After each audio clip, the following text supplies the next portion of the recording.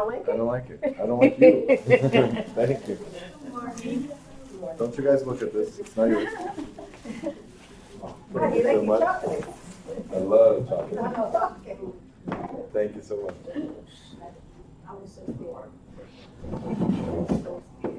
I have a box of the chocolate in my house. No. I'm not eating chocolate. No. Bring it for Bruno. Yeah, Bruno, you can't fight the chocolate. Come on. Nobody listens to me. Wait. That's what happens when you're the teacher. I'm here. I thought it was going to be here. I'll bring you an apple tomorrow. No. Oh, you say I'll bring you one too. No. Bring me his apple. All right. She'll have the apple, I have the chocolate. It's okay.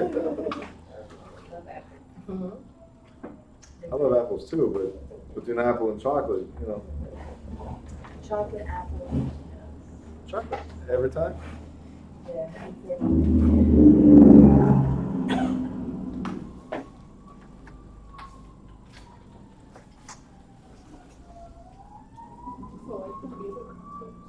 I'll probably lose Friday. Oh, yeah. I have to go to work on Friday.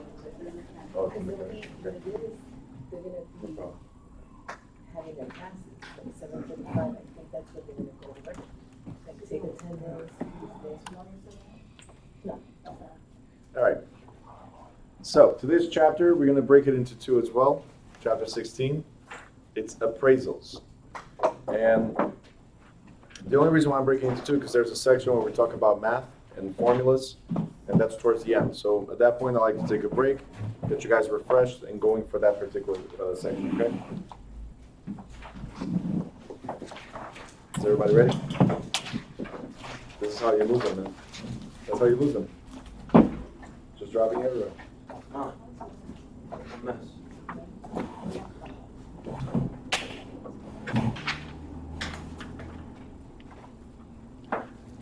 Found it. You found them? Where were they? In my mom's house. See, and you're blaming me for stealing them. What you didn't know is that I went to your mom's house to put it in. All right, so appraisals. Who can tell me what is an appraisal? Without reading. Louder? An estimate? Of? Valid. Value. Okay? So it's an estimate, so it's not something definite, is it? Is an estimate something definite, something concrete? No. It says right here, appraisal an estimate or opinion of value. Right? Let me ask you something real quick. If you guys look at this box, everybody looks at the box. Is everybody seeing the same box? Mm-hmm. Right. But you're seeing all the sides of the box at the same time, all of you? No. No. I have a perspective from here. You guys see this, and you guys see this, right? But it's the same box. An estimate or opinion of value is based on the eyes of the person that's looking at it. Does that make sense? So can we dispute the appraisals? We can, because we have our opinion, they have their opinion. All right, that's how we're going to end this chapter, is with the fact that even though an appraiser might come up with an appraisal of your property that's higher or lower than what you expected, you can always input or give some type of inputs towards it. It's just an opinion. Doesn't mean it's 100% correct. You guys got it? We're going to talk about what forces the changes in value, right? And how do we determine the actual value of things? And again, it's all based on perspective. You guys ready? That's why you wrote the code. Huh? That's why what? That's why you wrote the code. Oh, the quote from today? Well, that's something else. But that one is true. It's reality is the same thing. So the quote I posted on Facebook today. So in the quote, just so you guys know, the quote says, reality is an illusion. It depends on the perspective of who's analyzing it. Right? Sure. Because reality is reality. My reality is different than yours. That's pretty much the same thing. We give value to certain things. We fight certain things. We accept certain things that other people won't. So again, what is reality? Does that make sense? So, anyway, moving forward. It says right here, appraisal is an estimate or opinion of value based on supportable evidence and approved methods. An appraiser is an independent person trained to provide an unbiased estimate of value. Appraising is a professional service performed for free. Free? For a fee. Hold on, can't see it. Oh, there it is. I don't have my glasses. Sometimes, like in advertising, they say estimate for free. Not this. Appraisals can't be done for free. All right? If they make a lot of money, it depends. What kind of contracts do they have? Do they make it for the banks or make it for independents? If it's the banks, there's always business. Do they make a lot of money? Depends. Sometimes $500, sometimes $1,000. If they have to go back for an hour or two to redo the reports, another $100, $150 maybe. Yeah, they can make. They can make more for the bank or for the individual. It depends on the contracts. Some contracts, when you work for a bank, you cannot do any outside business activity that's related to what you're doing with the bank. But an appraisal on average makes, let's say, $500. If they make 3 appraisals a day, it's $1,500 a day. Is it all profit? No, there's some expenses, but still, not bad. Was that like a 1-year course? We'll talk about it right at the end. It's not a 1-year course. It's way more than that. Okay. Right at the end. I know you gotta work with somebody for 2 years or something like that. Right at the end, we'll talk about it. Right now, we're stuck on for free. For fee. Fee. All right. The reason why I said for free, you guys know it very well. I want to make sure you guys pay attention to these details. Because if we read really fast, it changes the whole meaning of the question, right? All right. On the right-hand side, it says, yeah, it's a lot of stuff, I know. Yeah, I'm checking this a lot. We'll make it through the day, don't worry. All right. Are we on schedule? Yeah, we're on schedule. We started at 10:15, we're good. Like, It is commonly agreed that land possesses 5 attributes. It is finite in its supply, meaning no new land is being created. You guys agree with that? No new land is being created. Yes? I don't agree. Why? Because China's making artificial land. So, artificial is different than land. It is physically mobile. Can you move the piece of land where you are? No. No. You can take dirt. Sorry, not that. My ass popping up. What'd you guys do? Run. I knew you didn't like me. See, I knew it. All right. The joke. All right. No, that's not the joke. The thing is that you guys are, get it together. You two, you confusing me. Because as soon as she said, you said Ron, I looked at her. So, I mean. You don't know who you are anymore. I don't know who I am. Let me know and I'll do it for the rest of the class. But just let me know, all right? Don't. But you already wrote Ron. I You already got the right name tag, man. it takes me 3 days in my head to get it. I'm telling you. When you got married, it took you 3 days to assimilate getting married? Like, who are you every morning? Clause, Who are you? clause, 3-day clause. I can still cancel this. Yeah. Wow. Right. 3 business days? 3 business days. There you go. No, that was Vegas. Where did you get married? All right. So can you move the piece of land where you are? You can remove dirt, right? But you don't move the physical location. It's there, right? It's durable, meaning it lasts a long time, and each parcel of land has its own unique location and characteristics. Now, it's also useful to people. These are the 5 basic characteristics that we look at when appraising a property. Next page it says, real estate, the business of value. The real estate industry deals with real estate and its value. Value is not the same as price, nor is the same as cost. Specifically, value can be defined as the monetary worth of goods, products, or services that are offered in the marketplace at any given time. But it's also been described as the present worth of future benefits. What kind of value do we give to something? Well, we're going to pay today for something that we expect to reap benefits from in the future. Does that make sense? So whatever price we attribute is based on the value that we believe it has. Now, value of real estate does not remain the same over time. Changes in the cost of construction, material, can increase the objective value of a property. And differing standards and needs can also alter an estimate of value. This is what we're suffering right now, a housing shortage. There's plenty of houses, but not too many people selling. So a housing shortage may increase the market value even of old, less desirable houses, whereas building a better road may cause the value of commercial property along an older road to decrease. You guys understand? So right now, it's a seller's market. Not too many people are selling. So as soon as you put something on the market, you can ask whatever you want because people will bite. People are looking for that. There's not enough houses. You guys got it? So, demand goes up. If there's a lot of demand, not enough supply, it goes up. We're going to talk about this in a second. In real estate, the concept of cost generally relates to the past, price to the present, and value to the future. This one's simple. Cost is how much it costs me to acquire, right? Price is what I'm putting on the market for now, and people will buy it based on the future value, as I mentioned. What is the difference between buying, I see you like a lot these Supreme shirts, right? Okay. If you don't mind me asking, how much did it cost you? Retail price is like $40.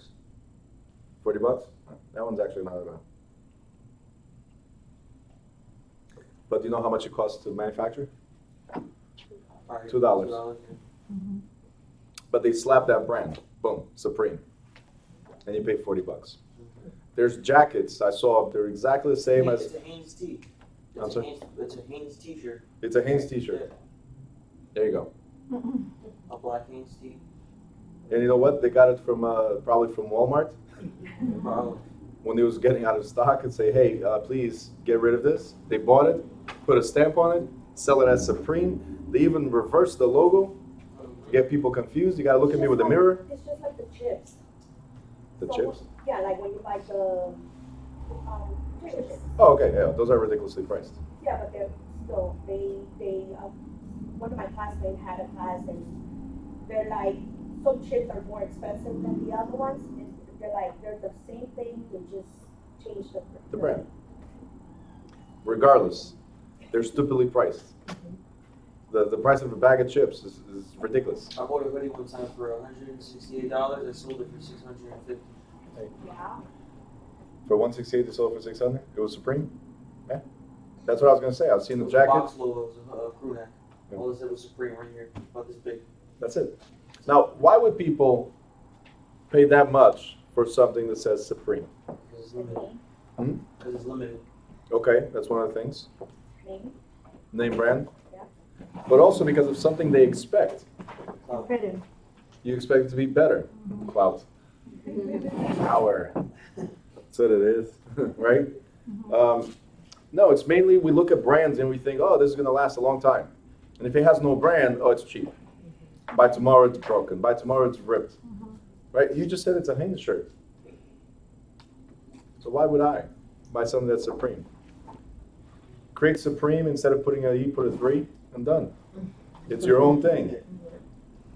All right? The bottom line here is people pay for something expecting future value. We go back to the same thing. We expect that to last longer than anything else. Not only it's unique, right? It's the brand itself, and hopefully it will last longer than the regular t-shirts. You got it? So, how much did it cost? $2. How much is selling for? $700. How long is it going to last? I don't know, but I expect it to last forever. Houses are the same thing. When you buy a house, you expect, I'm going to live here for 30 years, right? That's what you expect. Or they get rid of the property in 5, but at least it will last those 5 years. I paid today for something that's giving me future value. Next we have situs. Have you ever heard of this word, situs? No. You want to bet that you have?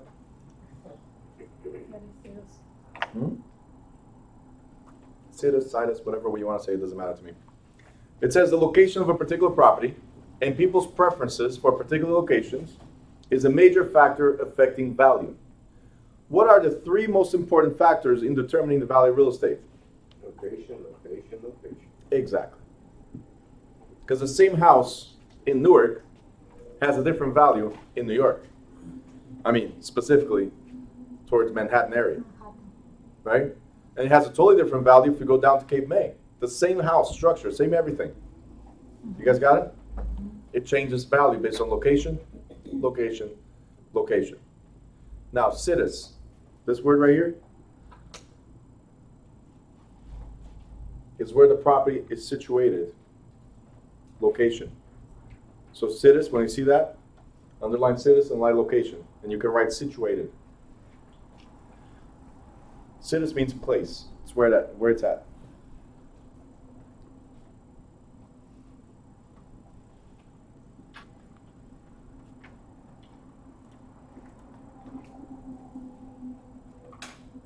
Okay.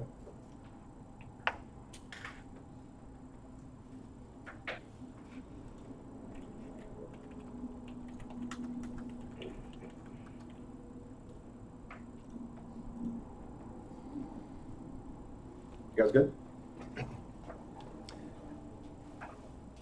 You're already answering the questions? You're quick? She's always on page 300, we're page 20. What is a market? Who can tell me what is a market?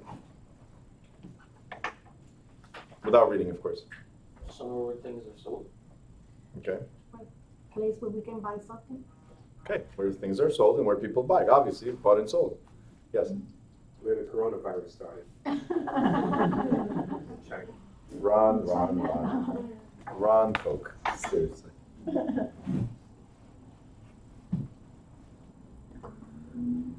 It's getting serious out there with this. First person died in Jersey. The first person died in New Jersey, I think it was years ago. But Oh, from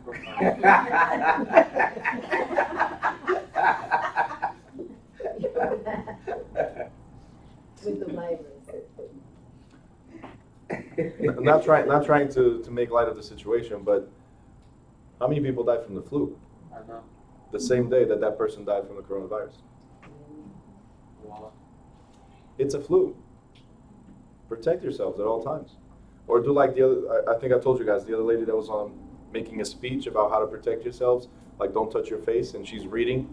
Yeah. Is she that worried? Apparently not. So why are you that worried? People are it's been ridiculous, the whole movement about coronavirus. Protect yourselves at all times just like you should in a regular situation. I think we should have class online and just stop coming altogether. I agree. This way I could be in bed right now and just talk to you. No, you can be a free teacher. I can't hear you. All right. That's what I'm going to be typing online. Seriously, things I have to put up with. All right, so a market is a place where goods can be bought and sold, where a price can be established and where it becomes advantageous for buyers and sellers to trade. The market provides a setting in which supply and demand can establish price levels. So what is supply and demand? We already talked about this. It's the availability of a product on the market. So if there's a lot of houses and not enough buyers, the prices drop. If there's not enough houses and there's a lot of buyers, then the values go up. Okay, so just highlight the first sentence of supply, first sentence of demand.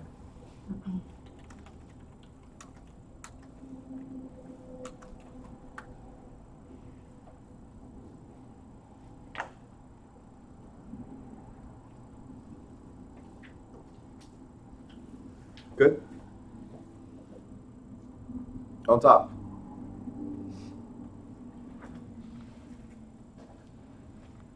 All right, because real estate is immobile and each parcel is unique, the real estate market is said to be an inefficient market. That is, it's relatively slow to adjust to changes in supply and demand.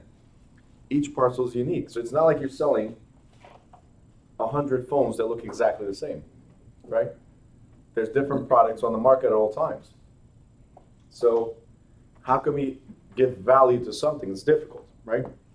So the changes in the market are very, very slow. We see the house prices rising. Well, it was not overnight. Slowly got there. Now it picked up a little speed, but slowly got there. It was predictable. That's the good thing. One of the reasons I love real estate so much is that it's predictable. I can look at it and say, hey, the prices are rising. Well, that means for the next 5, 6, 7, 8, 9, maybe 10 years, they're going to keep on going up.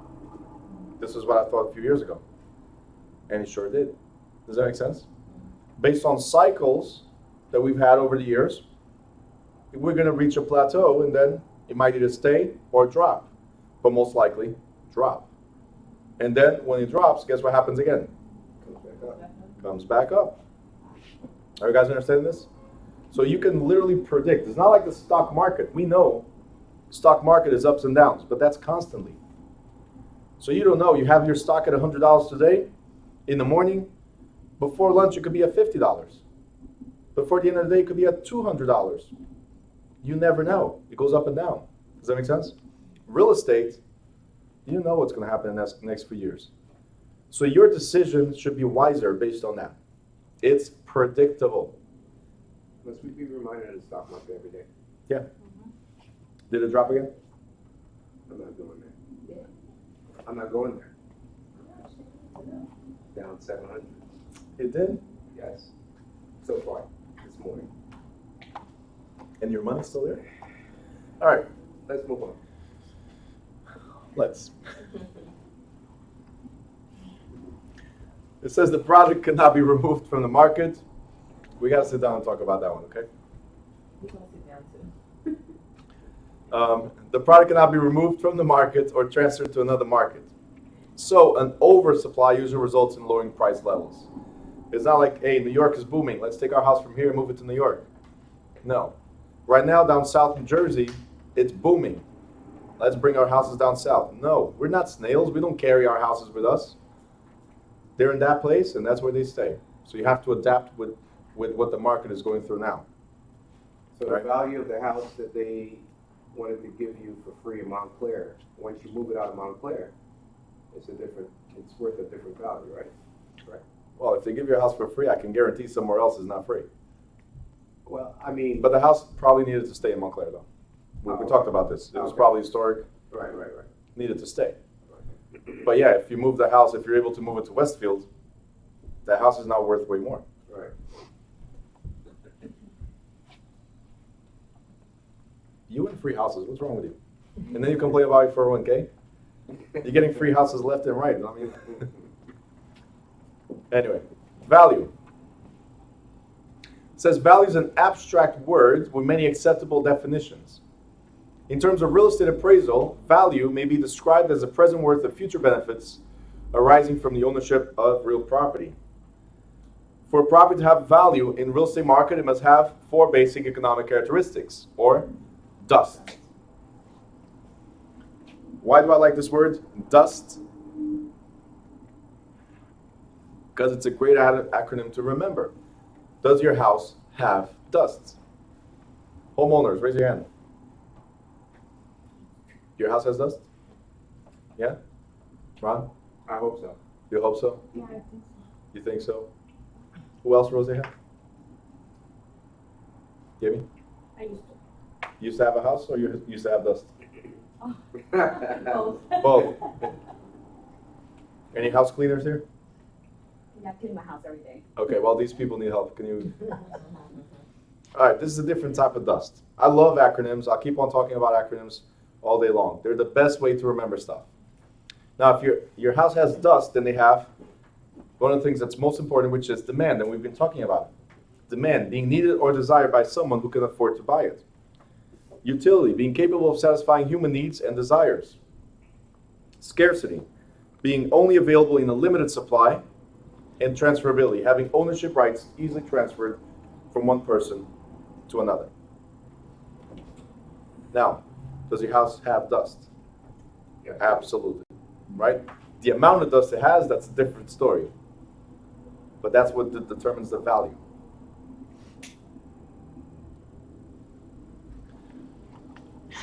Market value. While a given parcel of real estate may have many different kinds of value at the same time, often the goal of an appraisal is an estimate of market value. The market value of real estate has been defined as a price that a ready, willing, and able buyer who is not forced to buy will pay a seller who is not forced to sell after the property has had reasonable exposure on the market. So let's examine what we just read, because they're going to have questions around this, right? So let's examine what we just read. I have a lot of people that they have a lease for 1 year, and they come to me, Bruno, I want to buy a house. I'm like, great. Are you currently renting? Yes. Do you have a standing lease? Yes. Can you break away from that lease? I'm not sure. Most of the times the answer is no, right? So verify and then get back to me. If you can't break away from the lease, then you have to honor the whole year, or you'll be liable for the remaining of the year. Good so far? Okay. So usually I tell them, hey, let's wait until you're like 3 months before the end, right? Let's prepare things around that time. At 3 months before the end, we put an offer on the house because the average closing takes 3 to 4 months.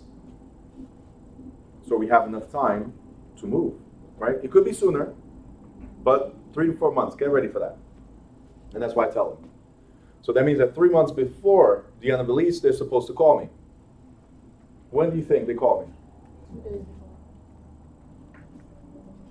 Not 2 days before, but usually like 30 days, 45 days to the end, they're calling me. Can we find a house in 45 days? Yes, we can. Can we close on the house in 45 days? Yes, we can. But is it going to be the optimal conditions? Are you as a buyer going to be looking at the property with seeing eyes or desperate eyes? Desperate eyes. So what kind of value does that property really have? None. Because you don't know the potential of the property. You guys got it? You just need to move somewhere. And I've heard a lot of these situations happen to me and my colleagues, I've heard it as well. People always wait for last minute. Is anybody here like that? Procrastinator? Okay. Some honest people? Okay, cool. That's our biggest downfall in life. That is. And unfortunately, 99.9% of the world belongs to the largest nation in the world, which is procrastination. You're part of it. We're all part of it. It's our dual citizenship. I like that. Now look what it says next. A seller who's not forced to sell. If the seller needs to move because of job relocation, if the seller needs to move because of divorce, if the seller needs to move because somebody in the family died and they just don't want to be in that house anymore, are they selling because they want to sell or they're forced to sell? Forced. So is that going to be the optimal value? No. You guys understand so far? If the buyer's forced to buy, if the seller's forced to sell, that's not the true value of the property. Here's another key, which unfortunately does not happen. Reasonable exposure on the market. What we're saying here is, if you put the listing today and you accept the very first offer that came in, how is that the best price that the property can bring? It's not. I list the property, you put a bid, you put a bid, you put a bid, and so on. And now we know more or less what people are looking to pay for this type of house. Now we know the true value. You guys understand? But nowadays, what happens? It goes up, and it goes down right away. Contract. Is that the true value? No. You guys got it? Buyer not forced to buy, seller not forced to sell, and the property's been on the market for a reasonable amount of time. This is very, very important, you guys understand, to determining the value of something. And also explain to your clients. I know you guys want to make money, you want to close, you want to get it done and all that, right? Hey, first offer, this is a great offer, it's full price, let's go. What if you had the wrong price? What if the property is not worth 500 as you listed, it's worth 600? Right? In the crazy market that we're in, Newark, Harrison, Jersey City, do you understand? I just saw a two-family that I got the listing yesterday, the listing information. A two-family for $730,000 in Jersey City. After repairs, it's worth 1.1. I'm like, how? There's no way that they're going to be able to pay that mortgage. But the value is determined by the people that are willing to pay. Do you guys understand? Yes? Yes. That's how we ended listings, the listing chapter. The buying public determines its value. Okay? Reasonable exposure. Let people bid on the property. We have a 3-family here for 1.1, a couple blocks away, if anybody wants. 3-bedroom, 2-bath in each unit, so you might be able to pay half of that mortgage. What's the mortgage, what's that approximate mortgage? Oh, because you have to put 25% down, 20 to 25% down, you should probably be around the 7,500s, maybe. If you get 2,300 per rental, right, you're almost at 7, so you just have to come up with $500, and that's optimal conditions, and hopefully you won't lose a tenant. But here's the good news, you wanted to get rid of your wife and kids, you can always rent them out. So you make more money and it pays off the mortgage.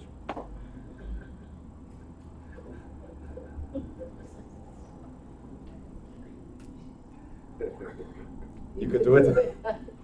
I love this crowd. You can do it. All right, no, but that's where people fall into starting to rent rooms in their house, renting the basements, the attics, the garage.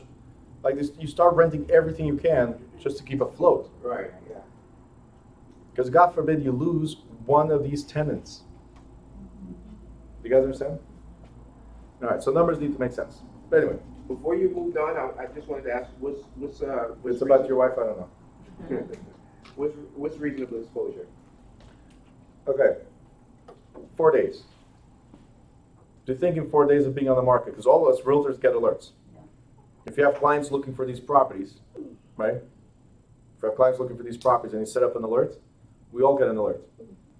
Buyers go on Zillow, Truly, and put the search and alert me when something pops up. So 4 days, 5 days maybe, like, so weekdays, isn't that enough? It is. It is.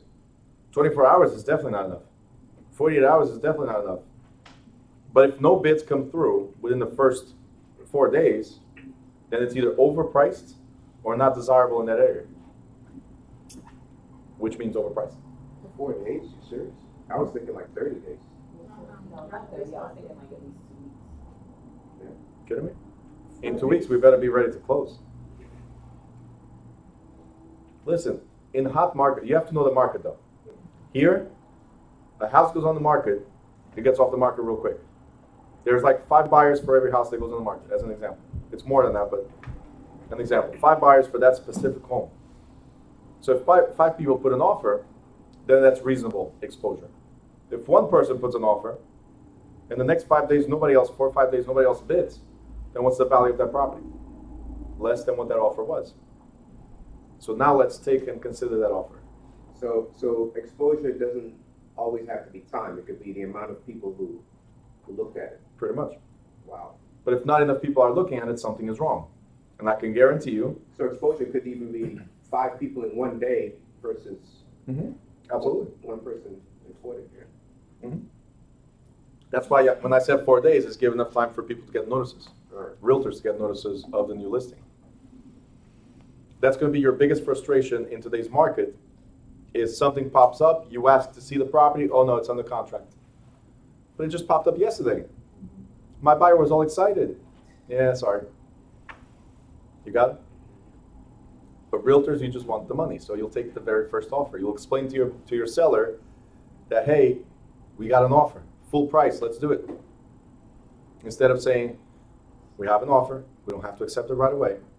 Let's just give a communication that we're looking for highest and best, or looking for some additional backup offers. We'll consider it at one point. Does that make sense? But no, I'll accept it. Where's my commission? Okay? Especially when their 401ks are being affected, they're desperate. They will put it on the market and sell it right away. No ifs or buts about it. Right, Ron? All right, market value. Let's figure out what market value is. It's the most probable price. I'm not even messing with her today. She brought me chocolate. Okay, Ron? Learn how it is. Mimi brought me chocolate. Shanice brought me chocolate. Marlene makes me coffee and brings donuts. Just saying. You bring me a defaulting 401k. I mean, Brings you a headache. huh? Brings you a headache. A headache. Okay. All right. Market value is the most probable price that a property will bring. We just went over this. So payment must be made in cash or its equivalent. And both the buyer and seller must act without undue pressure. They're not pressured into buying the house. A reasonable length of time must be allowed for property to be exposed on the open market, and both the buyer and seller must be well informed. Please, it's not highlighted. It is here, but not here. Please underline, must be well informed of the property's assets, defects, and potential. If I don't know the details of the home, how can I give it its best value? Okay? Now, market value also assumes an arm's length transaction. That is one between relative strangers, each of whom is trying to do the best for himself or herself. What is an arm's length transaction? Arm's length transaction. What do you guys think it is?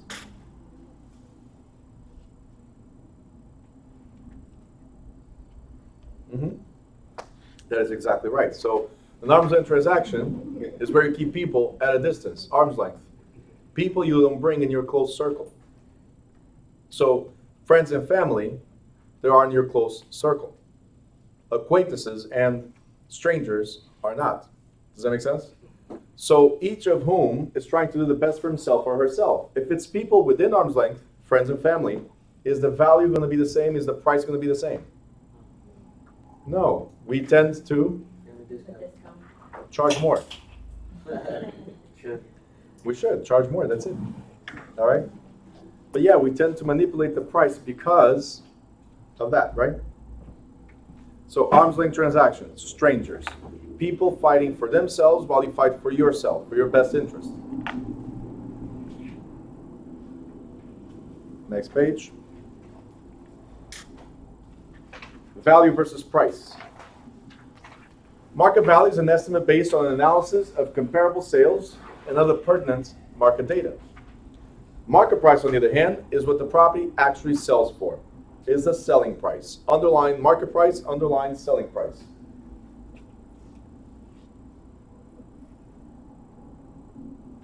Underline market price, underline selling price.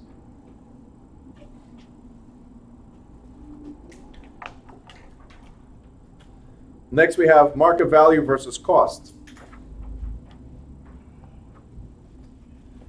Market value versus cost. It is important to distinguish between market value and cost.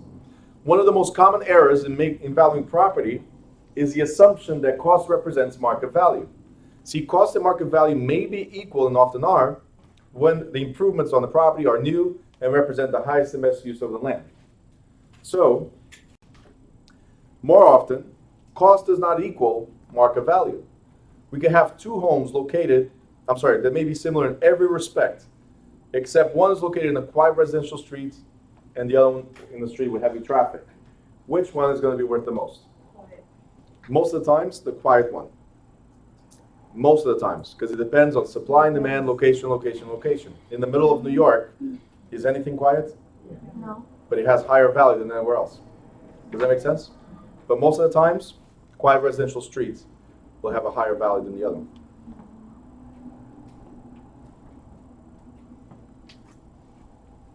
You guys good so far? Any questions? No?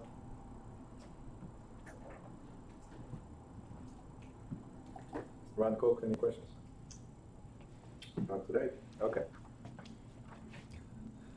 All right, basic principles of value. This next section we're going to go over comes already with examples, so I don't have to dwell much into it. But the first one is highest and best use. What is the highest and best use? It's the most profitable use to which the property can be adapted. Now, property, we're talking about land, okay? The highest and best use to which the property can be adapted, or the use that is most likely to be in demand in the reasonably near future. This is the highest and best use. For example, a highest and best use study may show that a parking lot in a busy downtown area should in fact be replaced with an office building. Is the parking lot the best thing we can do with the land in an area that's busy? No. Maybe a parking lot with a building on top, but not the parking lot by itself. It's not the highest return. If it's a busy area, then businesses should be there. You guys understand? So, any amenity which is tangible or intangible benefit to the property, or contribution to the owner's satisfaction, like an unusual view of the ocean, for instance, may be a key factor in determining the highest and best use. Next, we have substitution. See, the principle of substitution states that the maximum value that a property tends to be set by the cost of purchasing another equally desirable property, assuming no undue cost because of delay, right on top. For example, two similar houses are for sale in the area. Which one will sell first? The least expensive. As they're very similar, one is green, the other one's yellow, which one would you buy? The cheapest one. Does that make sense? Oh, but I really want green. Paint it. If the difference is significant, right? The houses are the same, it's just the color, then it's cheaper to paint than it is to buy it already the way it is. You guys got it? Substitution means I have this house here, I have this house here, very similar, and I'm looking at the clearance section versus the full value section. You got it? Yes? Yes. Okay. You know, when I see Scooby-Doo faces, I'm like, let me figure out. You know what Scooby-Doo face is? You know? No. Nobody? Huh? Yeah, Scooby-Doo. When he goes like, exactly, right there. Right there. Oh, I like that. Scooby-Doo face. It means, it's a cute face, but it kind of like, you didn't get it. So let me ask again. Stinky. Play with Alexander too much. Sorry? So you play with Alexander too much. Oh yeah, I do. With all my kids. Whenever I have time.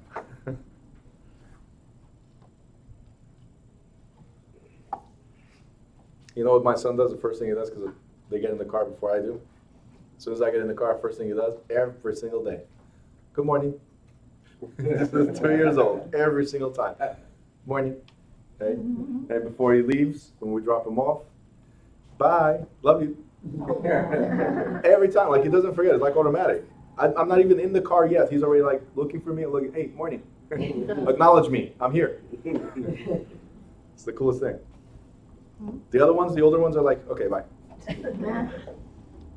It depends on their mood. Some days they run at me and like, hey, have a great day, Poppy. Other days are like, all right, you still here? Anyway, kids growing up. Next, please highlight this first sentence. We already talked about supply and demand, didn't we?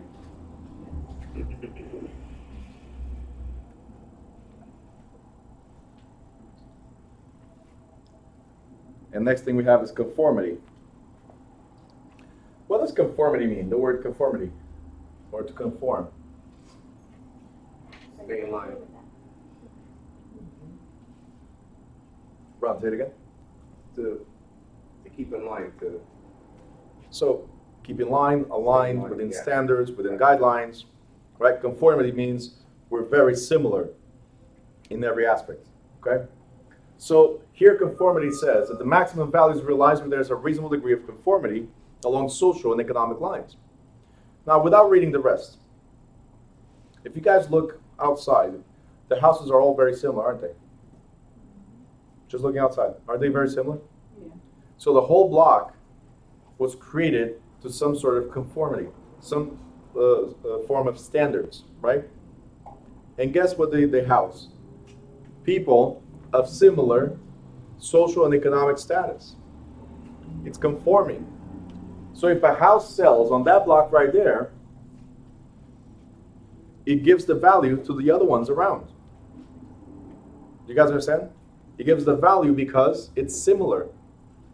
I can say this phone, for instance, sells for $500, let's say. So if I have another phone that's similar to it, how much is it worth? Around $500. But if I bring a different phone altogether, so a different version of Samsung's, is the same value? No. So conformity means they're almost the same and it's easy to compare to. You guys got it? Conformity, easy to compare to. And that's why subdivision restrictions rely on the principle of conformity to protect maximum future value.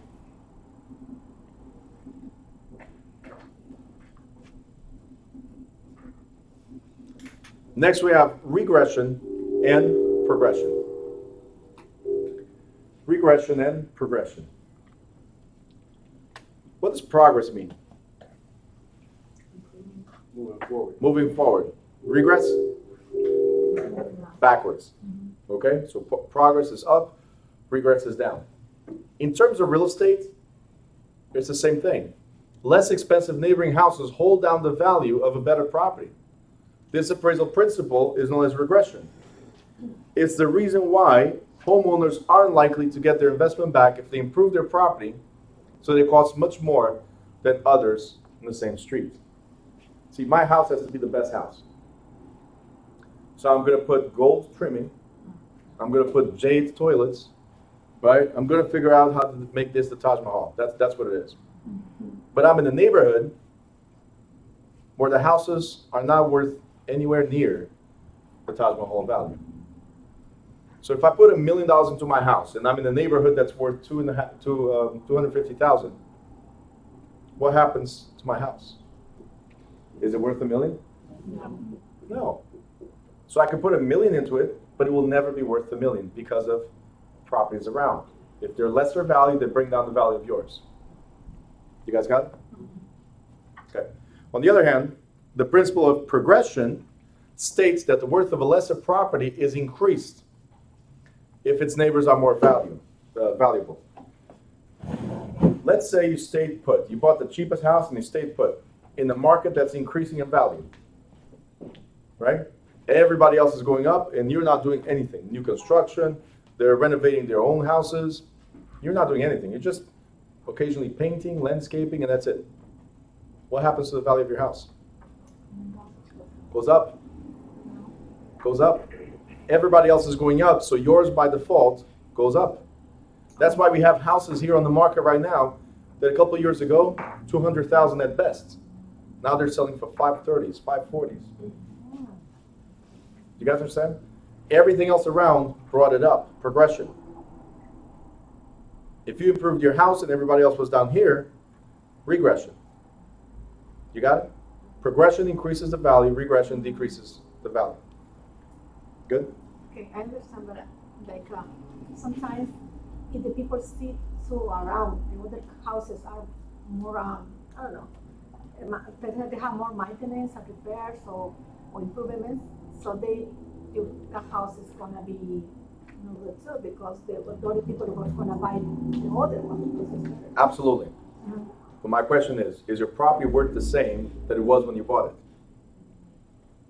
People will still desire the one that's better, but what happened to the value of yours? Because the ones that are better went up in value, yours by default was dragged up as well. It's not worth 800,000, but it's worth 500,000 when you bought it for 2. So what I'm saying is, if you don't do anything to it, still goes up. Is it going to be the same value as your neighbors? No, but it's still going to be worth more than it was originally. It appraises up in value. Equity increase. What happened with Harrison, for instance, right? I mean, Harrison, Newark, Jersey City. Harrison, it's a Yeah. lot. They Yeah. changed the city. Here as well, Jersey City, Brooklyn. It's just ridiculous. And you don't have to do anything to your house. You just have to ride the wave. Sell it when it's high. And buy it when it's low. Okay? Ride the wave. That is why the least expensive house in the neighborhood is traditionally considered a good investment. Okay? Next, anticipation. What is anticipation? It's expectation of something, right? This principle holds that the expectation of future benefits creates value. For example, multifamily income properties are bought by investors in anticipation of the rents to be collected every month, or rumors that an adjacent parcel may be converted to commercial use in the near future. Anticipation. This is what I expect when I buy this. So what I said right now, you bought your house for 200, you didn't do anything because you knew everything else was going to go up in value, and your house was going to be dragged with it. Not to the optimal value, but it's still increased. Where it says increasing and diminishing returns. Improvements to land and structures eventually reach a point at which they no longer have an effect on property values. As long as the money spent on improvements produces an increase in income or value, the law of increasing returns applies. But at the point where additional improvements do not produce a proportionate increase in income or value, the law of diminishing returns applies. So, think about this with me. Adding another bathroom to a house that only has one, does that increase the value or maintain the value or decrease the value? Yeah, because it used to be 3-bedroom, 1 bath, now it's 3-bedroom, 2. Yeah, it increased the value, $50,000, $60,000. Yeah, but value, okay? People will desire more a house that has 2 bathrooms than a house that has 1. And that's what determines the value, is the desire for that particular property. So dust, remember? Okay? What about adding a 4th bathroom to a house that already has 3? It might not do anything. Okay? So you spend $15,000 and maybe the increase you have is $15,000. So what's the point? You guys got it? So certain things you don't add to the property. It's not worth it. And that brings us to contribution, which is very similar. It's the value of any component of a property. It is not what it costs, but what its addition contributes to the value of the whole, or what its absence detracts from the value. For example, the cost of installing an air conditioning system and remodeling an older office building may be greater than the increased market value. We'll talk about it later, but that's the rental income determines the market value of an office building. So maybe an owner who spends $15,000 on an in-ground pool may not add anything to its value either. Especially in Jersey. Who wants pools in Jersey? We have the 4 seasons in one day, so why would you get a pool in Jersey? The maintenance is so bad. The yearly maintenance. It's not that season maintenance, is the whole year round maintenance. Yeah. Right? The taxes go up, since you mentioned taxes. That's why a lot of people buy. You ever heard that when you buy food, you don't buy because you're hungry, it's what you see. Right? You eat with your eyes, like I want this, and you fill up your plates. And then when you start eating, you just took a little piece and you're done. Right? Like the buffet. There's a lot of people that buy houses because it's appeasing. Like it's you see the pool and you're like, ooh, that's what I always wanted. And then you buy the house because of the pool. And a month later, what are you doing? Covering the pool. Like literally, dirt inside. So we don't use the pool. Do you understand what I'm saying? So a lot of people are now realizing this and falling into this pattern where unless it's an indoor pool or an above ground, but the above ground pools, then it's not worth it because of the maintenance. Above ground is a lot easier to maintain than in ground. Just a personal question. Actually, speaking of contribution, my wife was I accept it. No, my wife was telling me last night that the neighbor, she saw the neighbor yesterday, and he said that his wife is having another baby, and he wanted to know who owns the fence, because.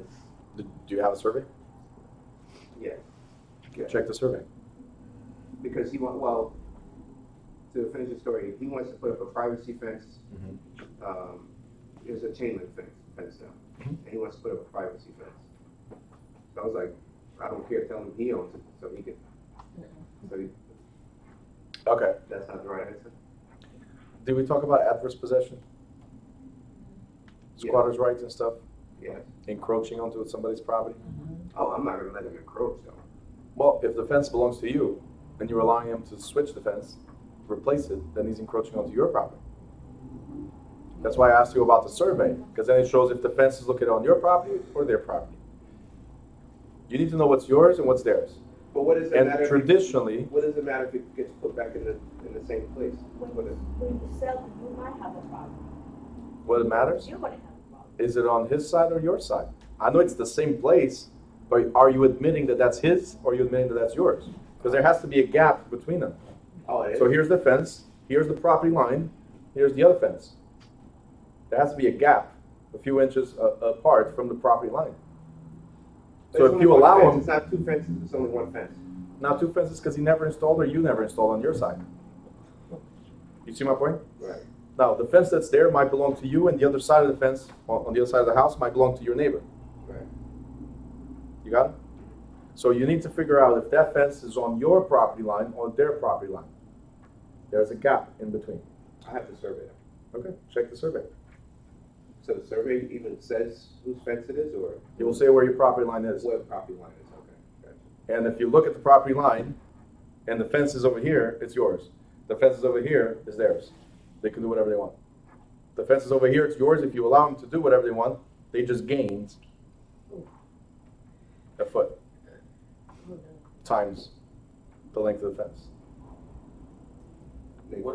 What if one seller or like the other, your neighbor says it's okay, and you know to encroach whatever on their property, and you do, and then they sell. What about like what if the new buyer comes in and says like I don't want you to do that? Well, if they specifically authorize, then you don't have adverse possession. If you did it and you didn't specifically authorize, then they can claim Squatters' rights. squatters' rights. Okay? Good? Go ahead and tell people it's okay to garden stuff and put fences. Let me know where your house is. I'm going to buy it right next door. I'll put up the nicest fence you've ever seen. I'll even maintain your yard. How about that? Competition. So this principle states that a retail store may cause investors to open similar stores in the area. I'm sorry. I knew there's a reason why I took I'm the skipping glasses. this. So this principle states that profits attract competition, but ruinous profits attract ruinous competition. So I always like to talk about the McDonald's effect. See, McDonald's studies all this stuff. They study where to place a McDonald's because they already expect that across the street or nearby, they're going to open up a School. That's what comes with McDonald's at school? Kids. Oh, only kids eat McDonald's. Ah, I thought kids. That trans kids. Say it louder. Burger King. Oh, okay. Competition. We're talking about competition. Kids are not competition, they're the I'm customers. thinking profit. Yeah, but we're talking about competition. They do study where it's most profitable. But McDonald's studies already include a loss of customers to the competitor. Their study is so detailed that they know if they open here, Burger King will open over there and we'll lose 40% of our foot traffic. 40%. At 60%, is it still profitable? If yes, we open up. If no, this is not the spot. So when you open up a business, you have to always think of competition.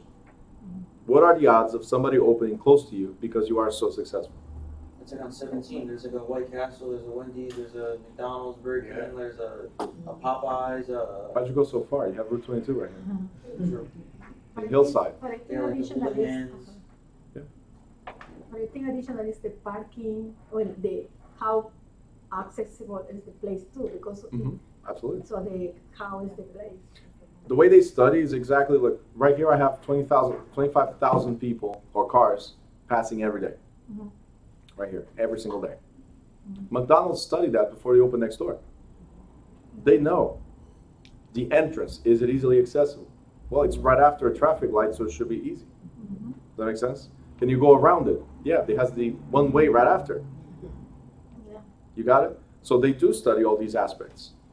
Why would people come to you instead of anywhere else?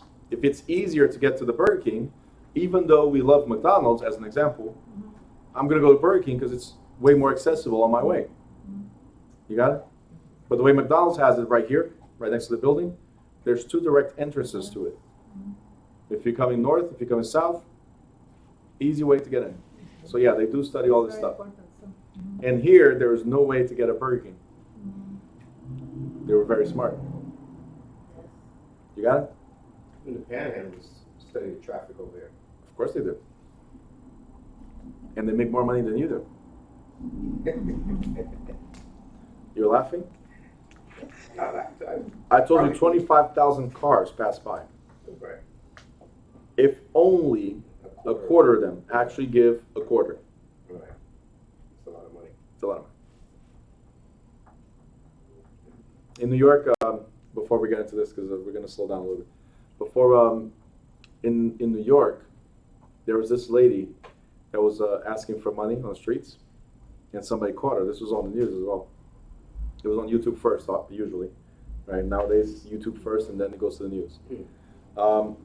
So somebody caught her. She's asking for money. So she has these raggedy clothes, and she's walking with canes. And, please give me money, right? At the end of the day, she walks 2 blocks and gets into a Range Rover. Like clothes off, nice dress, Range Rover. I don't know if it was a Range Rover, but the point is, it was a car. Upscale. It could be a Toyota, but a car. You know, she changed clothes real quick, and instead of being in this position, she was upright, ready to go, and she got caught. She said that like a business. Absolutely. It's a whole business. You guys should think about it. It's a great business. Yeah, great business. She made a rookie mistake. Hmm? She made a rookie mistake. She made a rookie mistake, right? Yeah. Well, it's fair. You gotta go further. Get the subway. Yeah. Yeah, what are you doing? Get the subway 3 blocks down. That's it. Yeah, I know. that is a big mistake. You go into the bathroom, change clothes, put inside your bag, and come out. Simple. I don't know bathrooms in New York City you can really go into. 25 cents, yeah. All right. If I see him panhandling, I tell him get a job. How do you think you got the pliers in this? When you lie good. Hmm? When you lie good. When you lie, make sure it's a good lie. Uh-huh. All right. That's fun. All right, 3 approaches to value. The advices we get in this class, huh? When you lie, lie good. When you commit a crime, make sure you do it right. Right? Every 5 years. Every 5 years and 1 day. All right. 3 approaches to value. So there's 3 different approaches to value that we consider in the appraisal business. There's the sales comparison approach, there's the cost approach, and the income approach. The income approach, I'm going to leave it for after the break. We're going to start with sales comparison approach. What do you think the sales comparison approach is? The appraisal. Okay. All this is appraisal. Ah, well, yeah. Anybody? Sales comparison approach?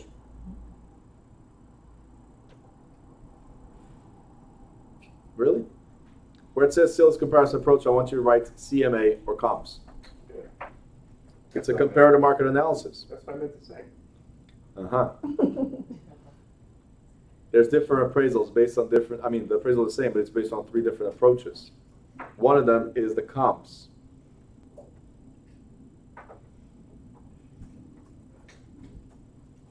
So what we're going to do is compare the property we're trying to sell with properties that sold recently. That's how we determine the value in the sales comparison approach. On the right-hand side on top,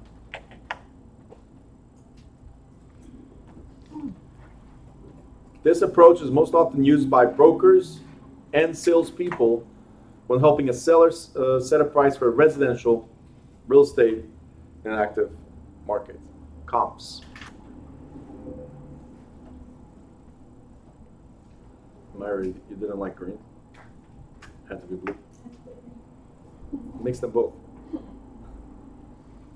All right. Because no 2 parcels of real estate are exactly alike, each comparable property must be compared with the subject property and the sales price adjusted for any dissimilar features. Some have garage, some don't, right? Some have 3 bedrooms, some have 2. Some have 2 bathrooms, some have 1. So you have to adjust for the differences. Now, the principal factors for which adjustments must be made fall into 4 basic categories. And the first 2 are the ones that matter the most to me. Number 1 is the date of the sale. Can I compare a property I'm trying to sell today to a property that sold 10 years ago? Why not? Because the market fluctuates. Market changes. Market changes, market fluctuates, goes up and down. So it might not be the same value. Myra, what you say? Different value, yeah. So we want to compare, this is not for state exam, but you guys can write this down. We want to compare the last 90 to 180 days. So write down, date of sale, 90 to 180 days. Again, not for state exam, but for you guys. The most active market, as I told you, on average, a house takes 3 to 4 months to sell. So what do you think is the most accurate and active market? 90 to 180 days. So 3 to 6 months. What about location? We are in the middle of Newark right now, and I have a 2-family to sell. Am I going to compare the 2-family to establish value to a 2-family in Woodbridge, for instance? Why not? Location. Location. Totally different market. Very good. So, write this down. We want to be within half mile to 1 mile radius. Half mile to 1 mile radius.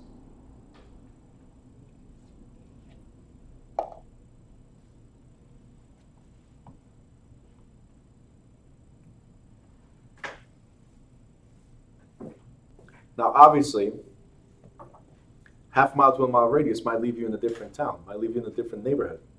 So you need to know if you're out of that neighborhood already. Does that make sense? Because from neighborhood to neighborhood, there's a difference in values as well. But the most accurate will still be within half mile to 1 mile, exclude certain neighborhoods when you're looking at it, and that's it. Okay. Next is the physical feature. So obviously how the property looks.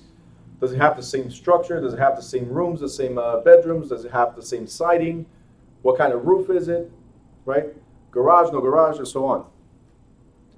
And the terms and conditions of the sale. So the 3 and 4 are common sense. 1 and 2 should be as well.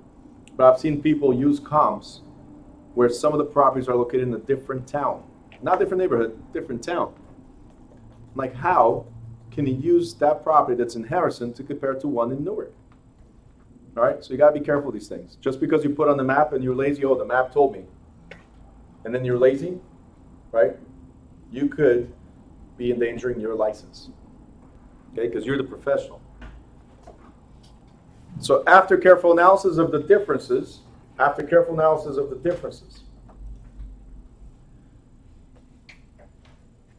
between comparable properties and the subject property, the appraiser assigns a dollar value for each of these differences. The appraiser assigns a dollar value for each of these differences. So let's say the garage is $5,000. If your house has a garage, it's plus $5,000. If it doesn't, it's minus $5,000, as an example. Okay? So if all the properties in the area have garage and yours doesn't, yours is worth $5,000 less than that property. Okay? Sales comparison is easy. Next, we have the cost approach. Cost approach. So the cost approach is most helpful in the appraisal of special purpose buildings such as schools, churches, and public buildings. Why? Because such properties are difficult to appraise using other methods because there are seldom many local sales to compare them to. And these properties ordinarily do not generate income. So churches, hospitals, schools, they don't generate income most of the time. So, and that there's not many being sold. So how can we compare them? Well, we're going to look at the cost to build, or the cost of substitution. If I were to buy an equal building, how much would it cost? Or if I were to build an equal building, how much would it cost? So the cost approach is called appraisal by summation. And the cost approach consists of 5 steps. One is you estimate the value of the land as if it were vacant. So it's completely separate from the building. Okay? Then the current cost of constructing the building and site improvements. You estimate the amount of accrued depreciation resulting from physical deterioration, functional obsolescence, and external or economic obsolescence, which we're going to talk about in a couple of pages. Number 4, we deduct the accrued depreciation from estimated construction cost of new building and site improvements. And finally, we add the estimated land value to the depreciated cost of the building and site improvements to arrive at the total property value. So we calculate everything separately, and then we put it all together. Okay? Skip a paragraph, it says, there are two ways to look at the construction cost of a building for appraisal purposes. There's the reproduction cost and there's the replacement cost. What does it mean to reproduce something? Photocopy. Photocopy. To recreate exactly as it was before. Reproduction, it's to copy exactly as it was before, right? Replacement cost is, you got a bad knee, what do? They put a part, right, in your body that will serve the same function. But is it a knee? No. Does that make sense? So a replacement is where we use parts that serve the same function, but they're not necessarily the same as the original. Okay? Not an exact duplicate. So reproduction, we go back to the original material. We go back to the original structure. It must look exactly as it was before. Replacement is the aftermarket. It's not original, it's aftermarket. Very similar, but not the same. You guys got it? If you guys have cell phones, or if you have cars, or if you have computers, have you ever tried to buy something for your car, for your phone, for your computer? Did you ever have to buy something?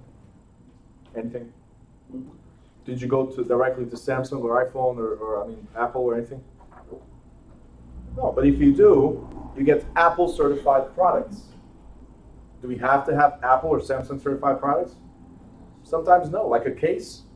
Why do I need a case from them? It's like $300, like Supreme. The charger. Right? The chargers. Right? As long as you get a charger that does the same, it doesn't matter the brand. Those aftermarket ones are not. Some, not all. They're not. Listen, mine's been lasting, charging here my, No, My there's, tablet. there's like other certified, that's what I'm trying to say. Obviously you don't want to buy, the ones from over there. what? I've had stuff, I buy a lot of stuff on Wish.com. It comes from China. I don't know, the aftermarket ones that I get, like. I buy from AliExpress. It comes from China, from India, from Taiwan. There's a lot of stuff that I buy. A lot of stuff I throw in the garbage, true. But the cost is worth throwing in the garbage. The stuff that actually works, yeah, it was well worth it. You see my point? Like all the stuff that I have here, most of the stuff that I have here, all these, even the racks that are mounted here, they're not from here. I didn't need to buy anything specific, it was from a specific brand. I look for the cheapest price and strongest material. That's it. It's working. At least you didn't buy a Hanes t-shirt for $40. Oh, 41. Right? 41, yep. Plus tax or 41 is with tax? Okay. Exactly my point. Right?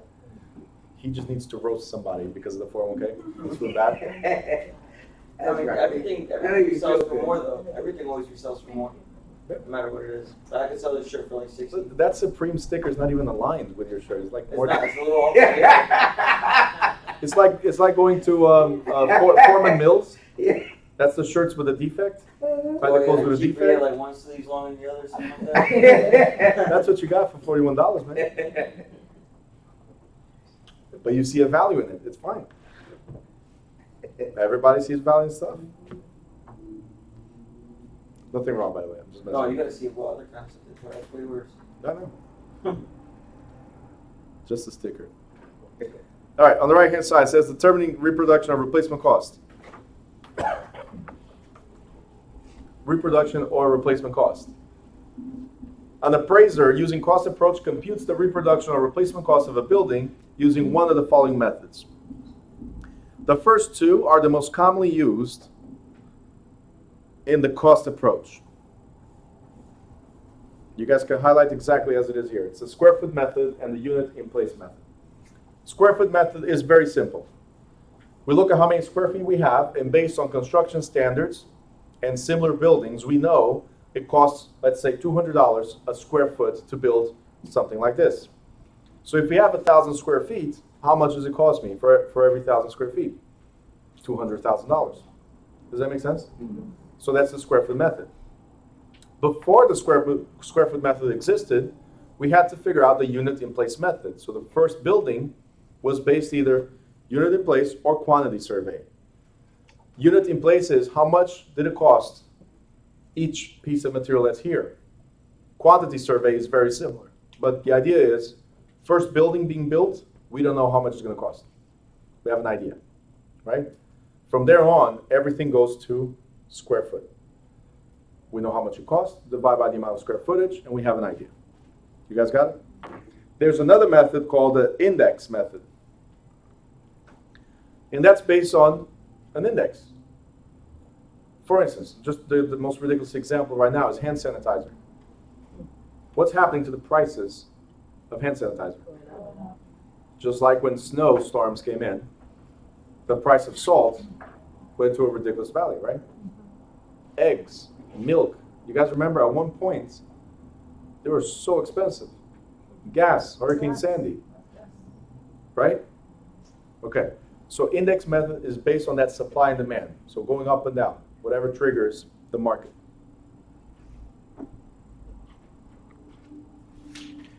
Next page we have depreciation.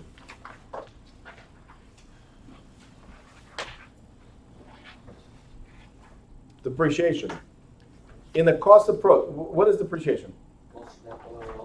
Loss of value. So in the cost approach, real estate appraisal, depreciation refers to a loss of value. Please underline, loss of value due to any cause. Underline, due to any cause or condition that adversely affects the value of an improvement to real property.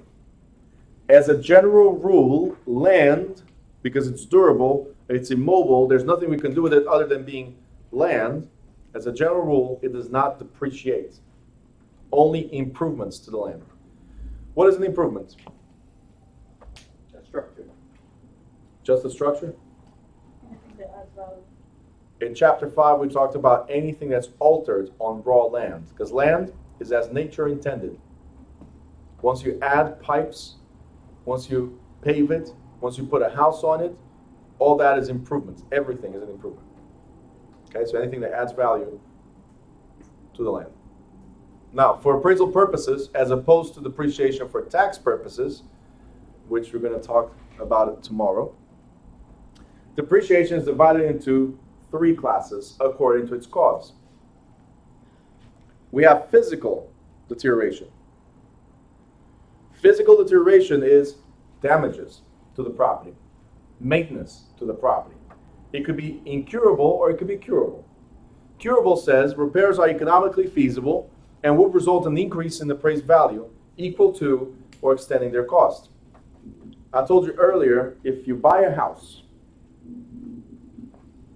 that's the cheapest house in the neighborhood, and you just maintain it like you paint, landscape, and so on, it keeps the value. If everybody else around you improves, then your house goes up in value with them. Does that make sense? You're still down here, granted, but it goes up in value because you maintained it. You got it? Incurable means the overall structure does not justify the repairs required. It's not worth fixing what needs to be fixed. So sometimes we have to tear it down, build new. Then we have functional obsolescence. Functional is the way things function, right? The way the layout is. It might not be useful anymore the way it is, right? So it could be curable.